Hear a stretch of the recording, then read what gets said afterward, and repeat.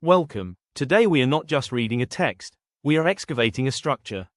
We are looking at the Torah not merely as a narrative history, but as a mathematical architecture, a document where the physical placement of words mirrors their spiritual meaning.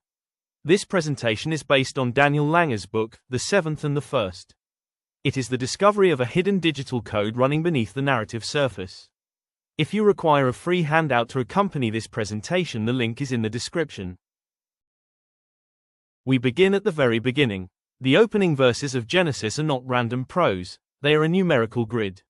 Look at the first verse, Bereshit Bara Elohim. It contains exactly 7 words and 28 letters, which is 4 times 7. Move to the second verse. It contains exactly 14 words, 2 times 7. The entire opening section of creation is structured into 7 paragraphs. The total word count, 469, which is exactly 67 times 7. The physical text is a fractal of the number 7. Investigative note: the 7 paragraphs likely refers to the Masoretic division of the text, Petuha, Satuma, for the 7 days of creation. The 469 word count for the entire prologue, Genesis chapter 1 to chapter 2 verse 3, is a well-documented statistic in biblical numerology. The scholar Umberto Cassuto once said, "To suppose that all this is mere coincidence is not possible." Why? Because the frequency of keywords is locked into the same code. The word earth, Eretz, appears 21 times, 3 times 7. The word God, Elohim, appears 35 times, 5 times 7. The word heaven appears 21 times, 3 times 7. Even the phrase, "and God saw that it was good," appears exactly 7 times. The text is resisting the laws of chance. It is statistically designed. This brings us to the core mechanism of our study, the golden thread. The rule is simple but profound. The 7th occurrence of a word or theme completes the thought of the first. The first mention is the seed, the potential, the essence. The 7th mention is the fruit, the completion, the fulfillment. We are going to trace this thread through history. Let's apply this to the concept of brotherhood. The first stage is Cain and Abel. The word brother appears 7 times here. The result, murder. The seed is broken. The middle stage is Jacob and Esau. The result, separation. The 7th stage of this thematic thread involves Joseph. In the Joseph narrative, the concept of brother reaches its completion. The result, reconciliation. The 7th instance heals the fracture of the first. Consider the word for ark, teva.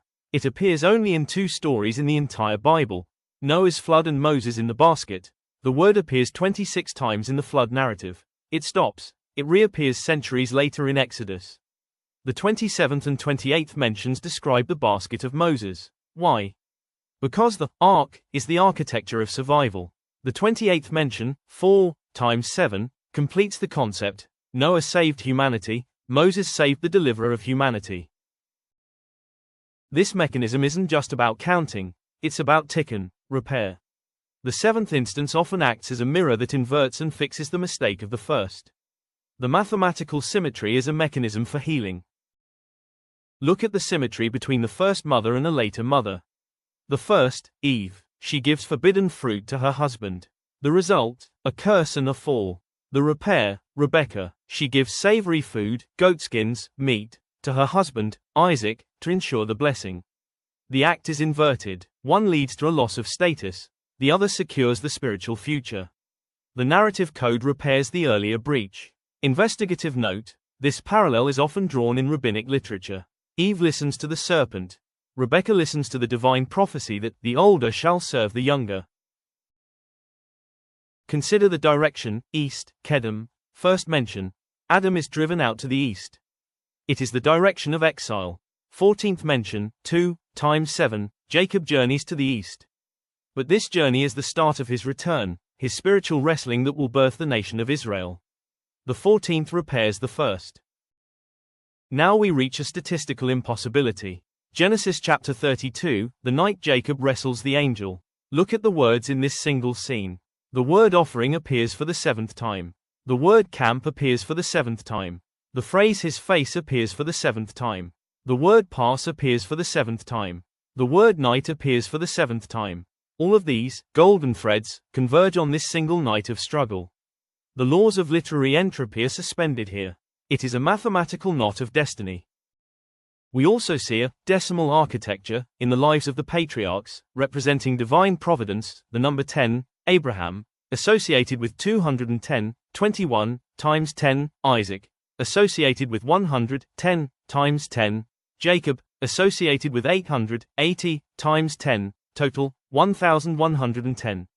The text seems to weigh their spiritual mass in multiples of 10. Note, the number 210 is traditionally associated with the years of exile in Egypt, descended from Abraham's prophecy. The number 100 is Isaac's age when he was willing to be sacrificed, Akedah, or the hundredfold yield he reaped in Gerar, Genesis chapter 26 verse 12. The 800 is less obvious but may refer to the years of Adam's life after Seth, Genesis chapter 5 verse 4, connecting Jacob as the rectification of Adam. The total 1110 inches is a specific checksum the author has identified. Finally, the signature of the author.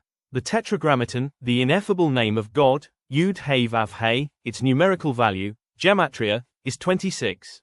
The number of holiness, the number associated with creation is 7. The number of providence, or divine completeness is 10. Multiply them, 26 times 7 times 10 equals 1820. Count the number of times the name, Yud He Vav He, appears in the Torah. It is exactly 1820. The author has signed the work with the frequency of his own name. Note, this is a verified Masoretic statistic. The Baal HaTurim, classical commentator, notes that the Tetragrammaton appears 1820 times in the Torah. What we see is a unified organism. The text resists entropy. What looks like chaos or repetition is actually hyperdifferentiation, a complex, self-referencing system. The golden thread binds the first to the seventh, ensuring that the end is always wedged in the beginning. As the Sefer Yetzirah states, the end is wedged in the beginning, and the beginning in the end. We have not just read a book, we have glimpsed the blueprint of a world.